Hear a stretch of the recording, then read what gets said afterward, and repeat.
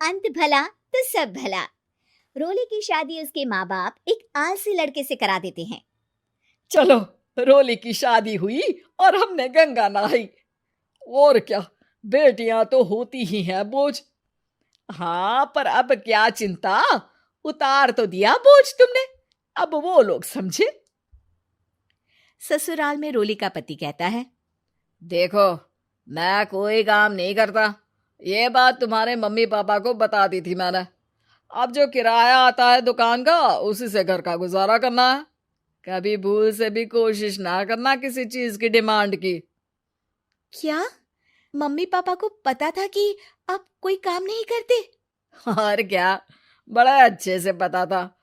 उन लोगों को तो तुम बोझ लगती थी, बोल रहे थे कि बस शादी कर लो और कोई मतलब नहीं है। रोली को यह सुनकर बहुत गुस्सा आता है, लेकिन करती भी तो क्या, क्योंकि वो जानती थी कि उसके माता पिता ऐसे ही हैं। जैसे तैसे रोली दिन काट रही थी। रोली को एक प्यारी सी बेटी होती है। धीरे धीरे वो बड़ी होती है और उसके साथ उसकी जरूरतें भी बढ़ती जाती हैं। सुनिए जी, अब तो सिमी बड़ी हो रही है, उसका स्कूल में दाखिला कराना है। मैंने अब तक तो जैसे तैसे समय काट लिया, लेकिन मैं बच्ची की परवरिश में कोई कमी नहीं रखूंगी। अरे क्या है यार, अब तो लगता है कोई ना कोई काम ढूंढना ही पड़ेगा। अब पति रोज काम की तलाश में जाता और बिना किसी काम के वापस आ जाता। रोली समझ जाती है कि पति के अंदर अब काम करने की क्षमता नहीं है। वो बेटी को उच्च शिक्षा देने के लिए कुछ करना चाहती थी, लेकिन करती तो क्या करती।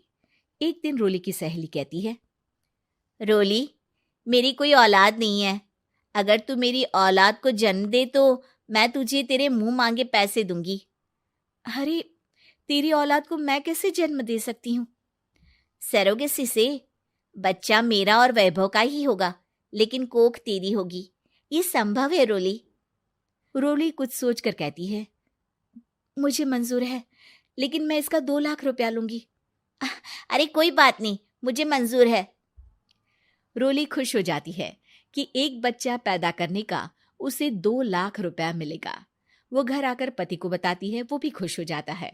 अब क्या था, डॉक्टर के पास जाकर सहेली का बच्चा रोली की कोख में पलने लगता है।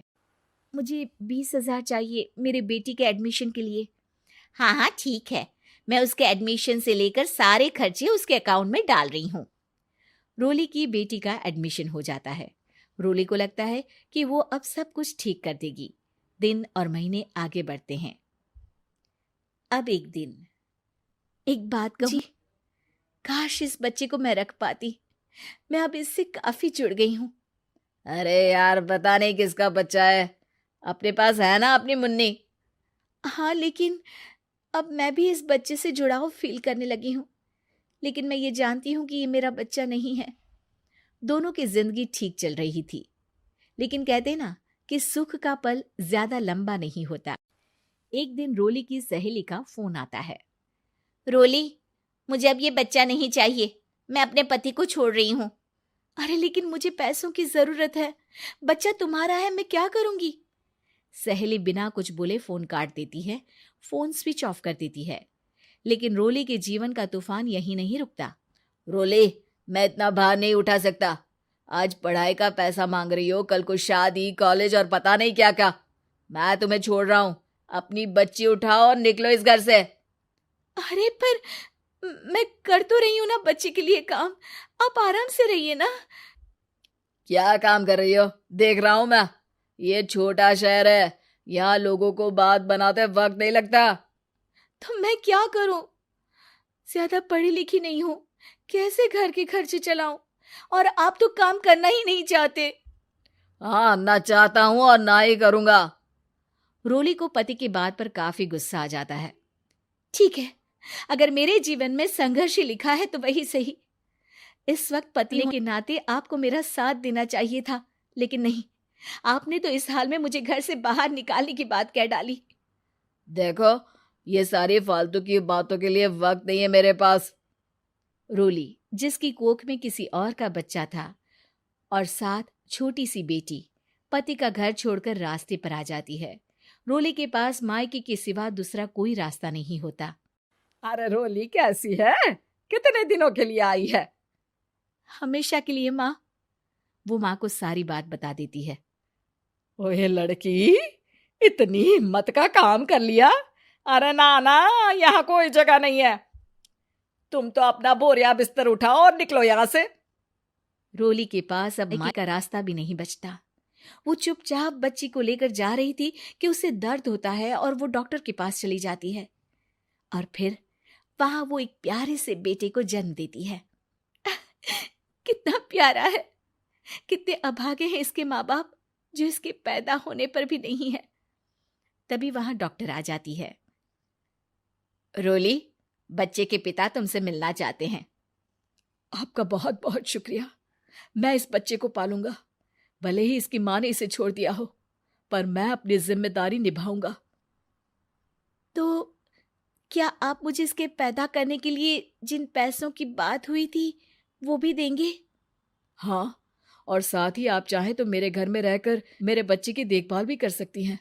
मैं उसके लिए आपको सैलरी दे दिया करूंगा।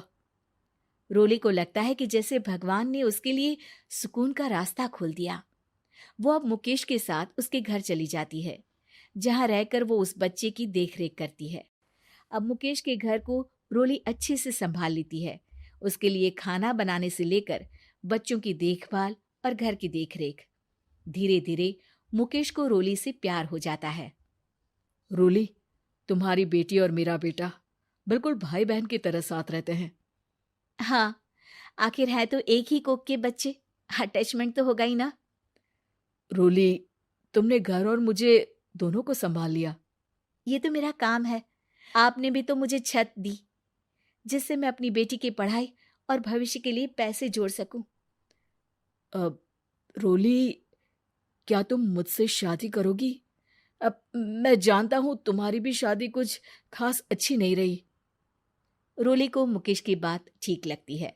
वो उसे हाँ बोलने की सोच ही रही होती है कि उसके पहले पति का फोन आ जाता है। रोली, मैं बहुत परेशान हूँ। मेरा एक्सीडेंट हो गया है। मैं चाहता हूँ तुम वापस आ जाओ। रोली को पुराने पति की चिंता होने लगती है। वो सोचती है कि वो क्या कर रही थी। हाँ हाँ ठीक है, मैं आ रही हूँ।